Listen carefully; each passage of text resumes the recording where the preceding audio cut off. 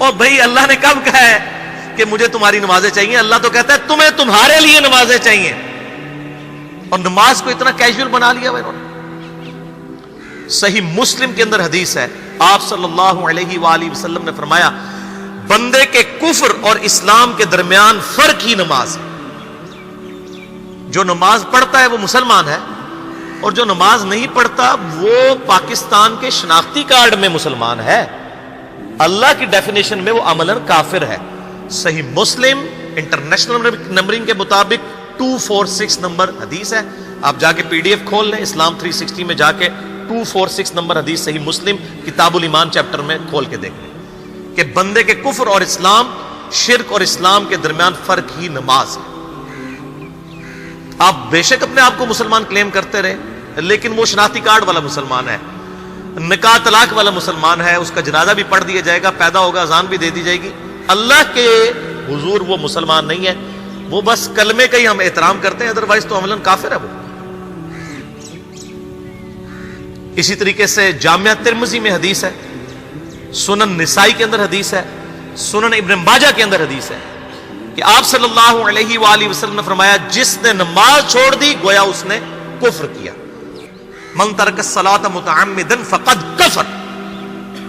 اب اس سے زیادہ اور کیا سخت بات کی جائے کہ کسی کو یقین آئے کہ جس نے جان بوجھ کے نماز چھوڑ دی اس نے کفر کیا۔ اب جان بوجھ کے یہ نہ سمجھیے گا کہ جی میں بال بچیاں دے وہ کمائی کرتا رہنا تھا منو ٹائم نہیں ملتا۔ جان بوجھ کی ڈیفینیشن بھی نبی علیہ السلام نے بخاری اور مسلم میں موجود ہے کہ اگر کوئی شخص بے ہوش ہو جاتا ہے یا سویا رہ جاتا ہے، یہ دو آپشنز ہیں، یا تیسرا آپشن ہے وہ بھول جاتا ہے، تو جیسے یاد آئے اسی وقت وہ والی نماز پڑھ لے۔ لیکن جو شخص دنیا کو ٹاپ پرائورٹی مانتا ہے، اپنا آفس چھوڑنے کے لیے تیار نہیں، اپنا کلینک چھوڑنے کے لیے تیار نہیں ہے، اور اپنی دکان چھوڑنے کے لیے تیار نہیں ہے نماز کے لیے، تو ظاہر ہے کہ وہ تو اپنے آپ کو دھوکہ دے رہا ہے۔ اللہ تعالیٰ تو اپنے معاملات کے اندر بالکل اسٹریٹ فارورڈ ہے، بالکل یہ ذہن میں رکھ لیں۔ جامعہ ترمذی میں صحیح سند کے ساتھ موجود ہے، عبداللہ بن شفیق تابعی رحمہ اللہ تعالیٰ کہتے ہیں کہ صحابہ کرام علیہم رضوان صرف نماز کے چھوڑنے کو ہی اعمال میں سے کفر سمجھتے تھے، یعنی وہ کسی کو نماز پڑھتا ہوا دیکھتے تھے تو کہتے تھے یہ مسلمان ہے، اور کسی کو نماز پڑھتا ہوا نہیں دیکھتے تھے تو وہ کہتے تھے یہ کافر ہے۔ یہ جامعہ ترمذی ہے، یہ کوئی سٹوری بک نہیں میں سنا رہا آپ کو۔ مسند احمد میں صحیح سند کے ساتھ حدیث ہے، نبی صلی اللہ علیہ وآلہ وسلم نے معاذ ابن جبل سے فرمایا معاذ اللہ کے ساتھ کسی کو شریک نہ ٹھہرانا، خواہ تمہارے ٹکڑے ٹکڑے کر دیے جائیں، تمہیں سولی پہ چڑھا دیا جائے، تمہیں آگ میں جلا دیا جائے، اللہ کے ساتھ کسی کو شریک نہ ٹھہرانا، اور معاذ نماز بھی نہ چھوڑنا، کیونکہ جس نے نماز چھوڑ دی اللہ تعالیٰ کے ذمہ کرم سے وہ نکل گیا، اللہ کے حضور اس کے لیے کوئی حصہ نہیں ہے جس نے نماز چھوڑ دی۔ کتنا کرٹیکل ایشو ہے۔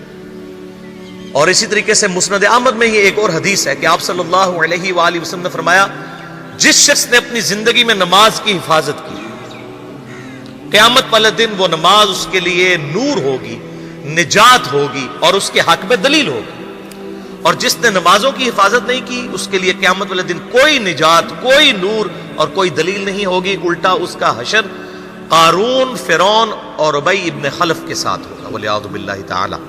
یہاں تو ہم کہہ دیتے ہیں یا اللہ جو کچھ بھی ہے تیرے محبوب کی امت سے ہے، یعنی یا اللہ ہم نے تو اپنی اصلاح کوئی نہیں کرنی، ہمیں اسی طریقے سے ہی قبول کر لیں، والعیاذ باللہ تعالی۔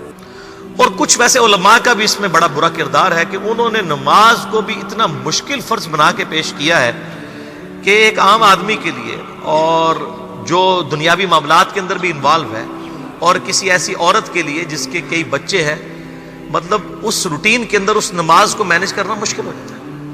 ہمیں تو عشاء کی صرف 17 رکعتیں بتا دی گئی ہیں، حالانکہ 24 گھنٹے کے اندر ٹوٹل نماز کی رکعتیں 17 ہیں جن کی اکاؤنٹیبلٹی ہے۔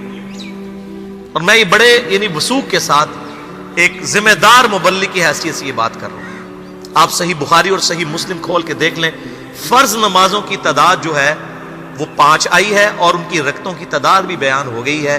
فجر کے 2 فرض، ظہر کے 4 فرض، عصر کے 4، مغرب کے 3 اور عشاء کے 4، اور سفر میں سارے 2 فرض ہیں، مغرب کے 3۔ یہ ٹوٹل 17 رکھتے ہیں جن کی اکاؤنٹیبلٹی، باقی جنہ گڑ پاؤ گے انہ میٹھا، وہ ساری نفلی عبادت ہے۔ وہ بخاری اور مسلم دونوں میں حدیث ہے، جس نے فرض کے علاوہ 12 رکعتوں میں استقامت کی اور وہ 12 رکعتیں آپ صلی اللہ علیہ وآلہ وسلم نے پڑھ کے بھی بتائیں.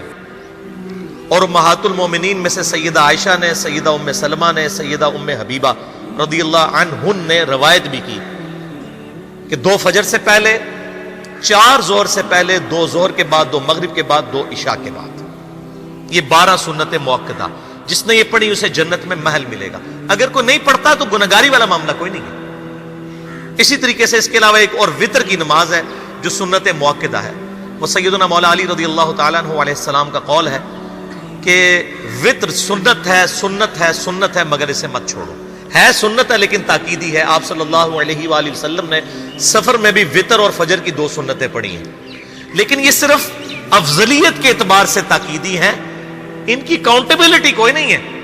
البتہ یہ ضرور ہے، سنن ابی داؤد میں ایک حدیث ہے کہ جس کی قیامت والے دن فرضوں میں کوتاہی نکل آئے گی تو اللہ تعالیٰ فرمائے گا میرے بندوں کی جو نفلی اور سنت عبادت ہے اس کو تول لو اور فرضوں کے ایکویلنٹ قبول کر لو. تو آپ اگر یعنی سنتیں پڑھیں گے تو اس کے ایکویلنٹ نفلوں کی کوتاہی پوری ہو جائے گی، ادروائز اکاؤنٹیبلٹی اس کی کوئی نہیں ہے. یہ ذہن میں رکھیے گا. صحیح بخاری اور مسلم دونوں میں حدیث موجود ہے. ایک صحابی آئے، انہوں نے کہا یا رسول اللہ صلی اللہ علیہ وآلہ وسلم میں جنت میں جانا چاہتا ہوں، مجھے کوئی شارٹ کٹ بتا دیں. آپ صلی اللہ علیہ وآلہ وسلم نے فرمایا اسلام لانے کے بعد نماز، فرض نماز کو قائم رکھ. پھر فرمایا فرض زکوٰۃ ادا کر، فرض روزے دے، روزے جو ہیں وہ ان کو ادا کر اور روزے رکھ. حج اس وقت فرض نہیں ہوا تھا، وہ زندگی میں ایک بار ہے. تو اس نے کہا یا رسول اللہ صلی اللہ علیہ وآلہ وسلم جتنا آپ نے مجھے بتایا نہ میں اس میں ایڈ کروں گا نہ اس میں سے کوئی چیز مائنس کروں گا. اور یہ کہہ کے وہ چلا گیا. آپ صلی اللہ علیہ وآلہ وسلم نے فرمایا اگر کسی نے کسی جنتی شخص کو دیکھنا ہے تو اس کو دیکھ لو جو یہ کہہ کے گیا کہ میں فرض نماز سے زیادہ کوئی نماز نہیں پڑھوں گا، صرف فرض روزہ ہی رکھوں گا، فرض زکوٰۃ ہی دوں گا. اب روزہ اور زکوٰۃ میں تو ہمارے علماء کو اور عام پبلک کو بھی جو دیندار لوگ ہیں ان کو ہضم ہوتی ہے کہ کوئی شخص یہ نہیں کہتا کہ بھئی پیر اور جمعرات کا روزہ. صحیح مسلم میں حدیث ہے کہ آپ صلی اللہ علیہ وآلہ وسلم کے نفلی روزوں کی یہ روٹین تھی. کوئی آپ کو یہ نہیں کہے گا کہ جس نے جمعرات اور پیر کا روزہ نہ رکھا اس کے رمضان کے روزے ہی قبول نہیں ہوں گے. کوئی کہتا ہے؟ کیونکہ ان کو پتہ وہ نفلی ہے. اسی طریقے سے زکوٰۃ تو صرف 2.5% ہے نا، باقی تو نفلی صدقات ہیں جتنے مرضی دیں. کوئی شخص نہیں کہتا کہ نفلی صدقہ نہ دیا تو آپ کی زکوٰۃ بھی قبول نہیں ہوگی. الٹا یہ کہتے ہیں وہ بس جی زکوٰۃ دے لو تو باقی سارا مال پاک ہے. لیکن جب فرض نماز کی باری آتی ہے تو اس وقت وہ 12 رکھتے بھی سنت موقدہ بیچ میں گھسیٹ دیتے ہیں. وہ بھی صرف فضیلت ہے. ٹوٹل 17 رکھتے ہیں، 2 فجر کی، 4 ظہر، 4 عصر، 3 مغرب، 4 عشاء. یہ میں کو اپنے لیے گراؤنڈ نہیں بنا رہا، میں تو الحمدللہ اس کے علاوہ بھی نفلی عبادت کرتا ہوں. لیکن میں بتا رہا ہوں خدا کے لیے لوگوں کو دین ایسا مشکل نہ پیش کریں کہ جو نبی علیہ السلام نے امت کو وہ دین نہیں دیا ہوا. اپنی مرضی سے انجیکٹ نہ کریں دین، لوگوں کے لیے مشکلات نہ کھڑی کریں، ان کو فرض نماز تک رکھیں.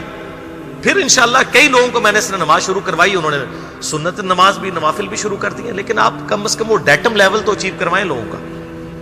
لیکن فرض نماز کی باری آتی ہے کہتے ہیں جی سنتے بھی حصہ ہے.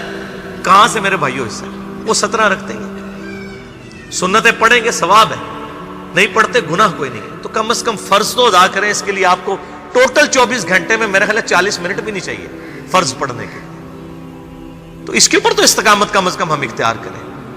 اور چھوٹی چھوٹی جو نٹی گٹیز ہیں ان کو تو ہم نے اتنا فالو کیا ہوا ہے، اور فرض نماز کے بارے میں ہم اتنے کیجول ہو جاتے ہیں. تو یہ فرض نماز کی امپورٹنس اس حوالے سے ضروری تھی، اس لیے میں نے ساتھ ہی بیان کر دی.